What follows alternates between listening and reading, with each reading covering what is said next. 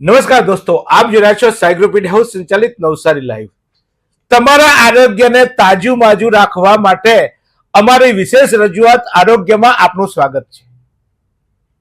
આજકાલ અનેક પ્રકારના રોગો થતા હોય છે, ત્યારે આ રોગોમાંથી મુક્તિ કેવી રીતે મેળવવી? રોગ થાય ત્યારે આપણે ડોક્ટર પાસે જતા હોઈએ છીએ, પરંતુ ત્યારે પણ આપણને ઘણીવાર અપૂરતી માહિતી હોય છે અને એને કારણે કયા ડોક્ટર પાસે જવું અથવા તો શું કરવું એ અંગે આપણે મૂંઝવણ અનુભવતા હોય છે.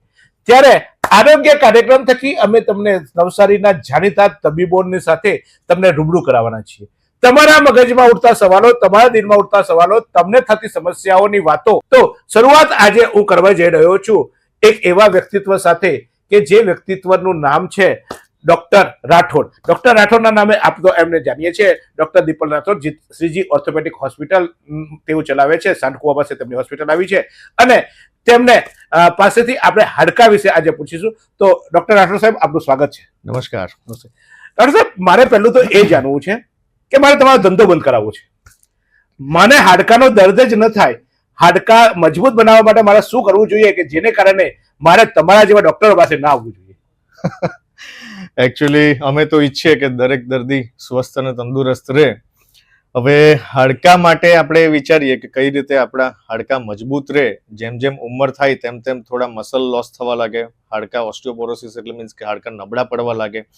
તો આપણે એવું શું કરી શકીએ કે હાડકાનું જે ઓસ્ટિયોપોરોસિસ છે, હાડકા નબળા પડવા, એ આપણે ઘટાડી શકીએ. ઉંમરને લીધે જેમ વસ્તુ વધવાની છે એ વધવાની છે, પણ આપણા હાથમાં જે વસ્તુ છે એમાં એક તો વસ્તુ એવું છે કે એક ફર્સ્ટ કે ડાયટ આપણે મેન્ટેન કરવું જોઈએ. હવે ડાયટમાં એવું ખોરાક લેવો જોઈએ આપણે કે જેમાં તમારા કેલ્શિયમનું પ્રમાણ વધારે હોય. તો આપણે રૂટીન જે ખાતા હોય કે એમાં દૂધમાં સૌથી વધારે, દૂધ અને દૂધની બનાવેલી પ્રોડક્ટમાં સૌથી વધારે પ્રમાણમાં કેલ્શિયમ જોવા મળે છે. બીજું ફ્રૂટ્સમાં કે ઓરેન્જ હોય કે તેમાં સૌથી વધારે કેલ્શિયમ હોય છે. સ્પેસિફિકલી ઓરેન્જમાં વધારે હોય છે અને અન્ય ફ્રૂટ્સ જે હોય એમાં પણ હોય છે. ત્રીજી વસ્તુ આપણે જોઈએ તો એમાં એક આપણે ઘરે મમ્મી બનાવતી હોય, આપણે સરગવાની સિંગ કહેવાય સ્પેસિફિકલી. સરગવાની સિંગમાં સૌથી વધારે કેલ્શિયમનું પ્રમાણ જોવા મળે છે. તો જ્યારે સરગવાની સિંગની સિઝન આવતી હોય ત્યારે એ ખાસ લેવું જોઈએ. તથા બીજી વસ્તુ, જેમ જેમ ઉંમર થાય તેમ તેમ તમારા મસલનો જે માસ છે એ વસ્તુ ઓછી થવા લાગે. તો મસલ માસ ઓછું થાય એના માટે, એ અટકાવવા માટે આપણે રૂટીનલી એક્સરસાઇઝ મેઇન કરવી જરૂરી છે. રોજ હું નથી કહેતો કે આપણે જીમમાં જઈને વજન ઉપાડીએ. આપણા મમ્મી પપ્પા ઘરે હોય તો આપણે એક વસ્તુ કરી શકીએ કે 5 કિલોનું એક નાનું ડમ્બેલ્સ લઈ આવવાનું. વધારે પડતું ઓવરલોડ પણ ઉચકવાની જરૂર નથી. 5 કિલોનું ડમ્બેલ્સના 3 કે 4 સેટ્સ આપણે મારીએ એ પણ મોર દેન ઇનફ છે.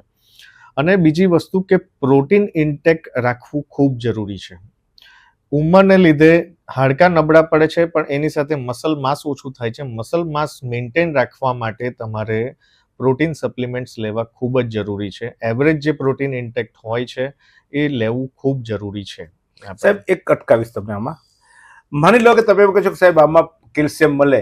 હવે અમે બધા તો આજે પેલે દૂધની બનાવટની આઈટમો, ચીઝ ને બર્ગ, પછી બધું અલગ અલગ ખાતા હોઈએ છીએ, તો એનાથી પણ અમને અમારા હાડકામાં એ મજબૂતાઈનો, દૂધના કેલ્શિયમનું પ્રમાણ વધી શકે. માની લો કે ચીઝ છે, બટર છે, એવી વસ્તુ અમે ખાઈએ, જે ડેરી પ્રોડક્ટ તમે કહો છો, તો એનાથી વધી શકે કે કેમ? વધી શકે, ચોક્કસ વધી શકે.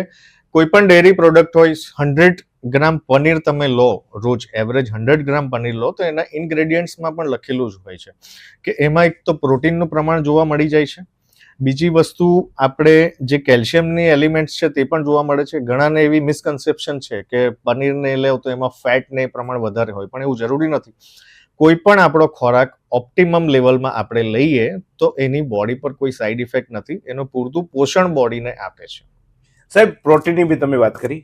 પ્રોટીનમાં હવે તો પેલા પ્રોટીન શેક બેક આવી ગયા છે, અમને બધા પેલા જીમ વાળા ને બીજા બધા ડાયટિશિયનો કે પ્રોટીન શેક પીવો, પ્રોટીન શેક પીવો, પણ મારી પાસે પ્રોટીન શેક પીવાના પૈસા પણ નથી અને તમારી પાસે, તમને આપવાના પૈસા નથી. પાછું બીમાર થઈને તમારી પાસે આવવું એ મને પોસાતું નથી. તો એવું કયું ફૂડ લેવું જોઈએ કે જેનાથી મને પ્રોટીન મળી શકે? સિમ્પલ તમને કહું કે ઘરગથ્થુ આપણે જો પ્લાન્ટ બેઝ પ્રોટીન લેવું હોય તો સવારે ઉઠીને બાફેલા મગ છે, ચણા છે, કે કોઈ પણ સોયાબીનનું કોઈ પણ કે સૂપ હોય કે કોઈ પણ સોયાબીનની આઈટમ હોય એ તમે ઘરગથ્થુ તમે લઈ શકો. એવું જરૂરી નથી કે વે પ્રોટીન લેવો કે કોઈ પણ પ્રોટીન પાવડર લો એમાં જ પ્રોટીન આવે છે. હવે નવા રિસર્ચ પ્રમાણે એવું પણ છે કે પ્લાન્ટ બેઝ જે પ્રોટીન છે, જે એકચ્યુઅલ ફોર્મમાં જે પ્રોટીન મળે છે, which is very good rather than this protein powder. So તમે ઘરે પણ રૂટીન આપણે ઘરે મમ્મી બનાવતી હોય કોઈ પણ મગ છે, ચણા છે, સવારે ઉઠીને બાફીને એક બાઉલમાં લઈને તમને ખાલી ચણા ખાવાનો પ્રોબ્લેમ પડતો હોય તો એમાં થોડા કાંદા ટામેટા નાખીને પણ તમે ખાઈ શકો. પણ જે મોર્નિંગમાં તમે એ પ્રોટીન ઇન્ટેક લો તો તમે આખા દિવસમાં તમારે એક્સ્ટ્રા બીજું કંઈ લેવાની જરૂર નહીં પડે તમારે. સાહેબ, બીજો સવાલ મારો એ છે કે ચલો મારા હાડકાં થોડાક નબળા થયા તો એ હું તમને મારી પાસે તપાસવા ના આવું. હવે તો બધા લોકો કહે છે કે તમારા હાડકાના બધા ટેસ્ટ કરાવો ને આ ને તે ને, પણ હવે મારા બાપ દાદા તો આવું કંઈ કરાવતા નતા, તો એમને ખબર પડી જતી હતી કે હાડકાં મારા નબળા પડ્યા છે કે એ કેવા પ્રારંભિક લક્ષણો હોય કે જેને કારણે મને ખબર હોય કે મારા હાડકામાં ક્યાંક નબળાઈ છે, મારા શરીરમાં શું ફેરફારો એવા થઈ શકે તો શું મને દુખાવો થાય કે કેવું થાય કે હાડકાં નબળા છે મને ખબર પડે? હાડકાં નબળા થવાનું એક રીઝન ઓસ્ટિયોપોરોસિસ અમારી ભાષામાં કહેવાય છે. ઓસ્ટિયોપોરોસિસ એટલે શું કે કોઈ પણ શરીરના હાડકામાં બે ટાઈપના સેલ્સ હોય, ઓસ્ટિયોબ્લાસ્ટ અને ઓસ્ટિયોક્લાસ્ટ. જે બ્લાસ્ટ સેલ્સ હોય એ તમારા લોહીમાંથી કેલ્શિયમ તમારા હાડકા સુધી પહોંચાડે અને ઓસ્ટિયોક્લાસ્ટ જે હોય એ તમારું કેલ્શિયમ તમારું હાડકામાંથી લોહી સુધી પહોંચાડતું હોય.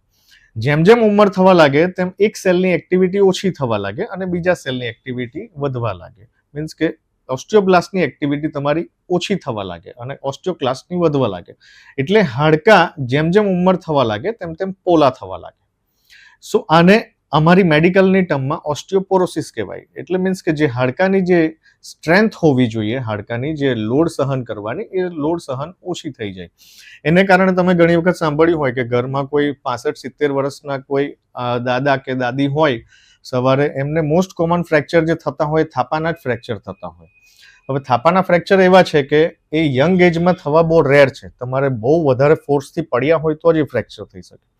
બટ ઓલ્ડ એજમાં એવું છે કે મોસ્ટ કોમન કમ્પ્લેન એ જ આવે કે સવારે બાથરૂમ જવા માટે ઊભા થયા અને અચાનક બેસાઈ પડ્યું અને એમાં એમને ફ્રેક્ચર થઈ ગયું.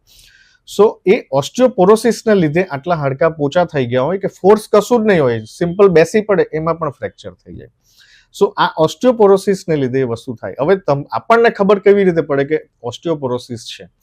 તો એક વસ્તુ એમાં એ છે કે તમારે રૂટીન જે બેસવામાં કે ઉઠવામાં કે સવારે ઉઠીને થોડી જોઈન્ટમાં સ્ટીફનેસ આવવા લાગે, દુખાવો થવા લાગે, આમ તેમ થોડું ચાલે, જરાક દાદર ચડ ઉતર કરે તો ઘૂંટણમાં દુખે, થોડું બેસીને ઊભા થાય તો કમરમાં દુખાવો થાય, હાથના આંગળા તમારા સૂજી જવા લાગે, શેપ બદલાવા લાગે. સો એ ઓસ્ટિયોપોરોસિસના સિમ્પટમ્સ છે. એક વખત તમને આ ક્લિનિકલી આપણને ખ્યાલ આવે કે આ હાથમાં સાંધામાં દુખાવા ને એ બધું ચાલુ થયું છે, થોડું ચાલે છે એટલે હાડકા એમ જનરલાઇઝ બોડીમાં દુખાવો થાય છે, તો એના માટે પછી આપણે અમુક ઓસ્ટિયોપોરોસિસ માટેની તપાસ આવે છે. એ તપાસ આપણે કરીને જોઈ લેવું જોઈએ. સો એમાં આપણને એક્ઝેક્ટ ડાયગ્નોસિસ થઈ જાય કે ઓસ્ટિયોપોરોસિસનું લેવલ કેટલું છે. હવે લેવલ ઓછું હોય તો એ પ્રમાણે એની ટ્રીટમેન્ટ હોય અને જો મેન્ટેન હોય કે એટલું બધું વધારે નહીં હોય તો પ્લાન્ટ બેઝ જે આપણે કોઈ પણ ઇન્ટેક લેતા હોય અને રૂટીન એક્સરસાઇઝ કરો એમાંથી તમને આવી જાય છે. તો આજે તમને હાડકા વિશે જાણકારી કે આપણે હાડકા મજબૂત હોય તો આપણે મજબૂત રહીએ. ભાઈ કોઈને એક મુક્કો માર્યો હોય ને તો આમ એના દાંત હલી જાય એવા મજબૂત ત્યારે હોય ત્યારે આપણા હાડકા મજબૂત હોય. અને હાડકા મજબૂત રાખવા માટે શું કરવું જોઈએ એ આપણે આજે ચોક્કસ શ્રીજી ઓર્થોપેડિકના ડોક્ટર રાઠોડ પાસેથી જાણ્યું.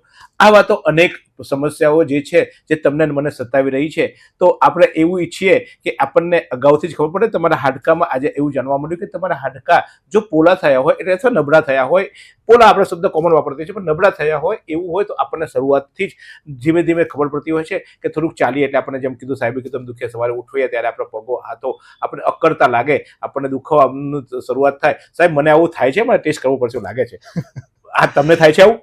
જો થતું હોય તો ભાઈ ટેસ્ટ કરાવી લેજો. પછી આપણે બેઠા બેઠા પડી ગયા ને કોઈ ધક્કો મારીને પડી ગયા ને પછી પાછા ખાટલામાં પડવું, એના કરતા સાહેબે જે આપણને કીધું કે આવા લક્ષણો દેખાય તો આપણે એકવાર ટેસ્ટ કરાવી લેવો જોઈએ. ટેસ્ટ કરાવવા માટે આપણા નજીકના કોઈ પણ આપ ઓર્થોપેડિક પાસે પણ જઈ શકો છો અને શ્રીજી ઓર્થોપેડિક હોસ્પિટલ નવસારીમાં અત્યધન છે. તો આપણે ચોક્કસ સાહેબ આપણને સલાહ આપે છે તો આપણે એનો લાભ તો લઈએ. મફતની સલાહ એવી તો કદાચ જરૂર પડે તો એમને ત્યાં સારવાર પણ લઈ શકીએ ને આપણે, તો એ આપણે લઈ શકીએ છીએ.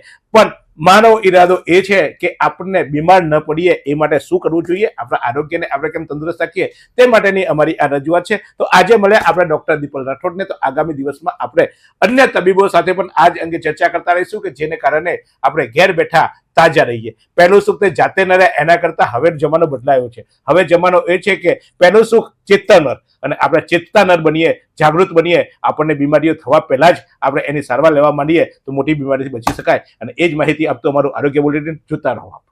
શું તમે શરીરના સાંધાના દુખાવાથી પીડાઈ રહ્યા છો કે પછી તમે કોઈ સ્પોર્ટ્સ ઇન્જરીથી પીડાઈ રહ્યા છો? લકવાની બીમારી બાદની પીડા સહન કરી રહ્યા છો? શું તમને સ્પાઇનલ પ્રોબ્લેમ છે?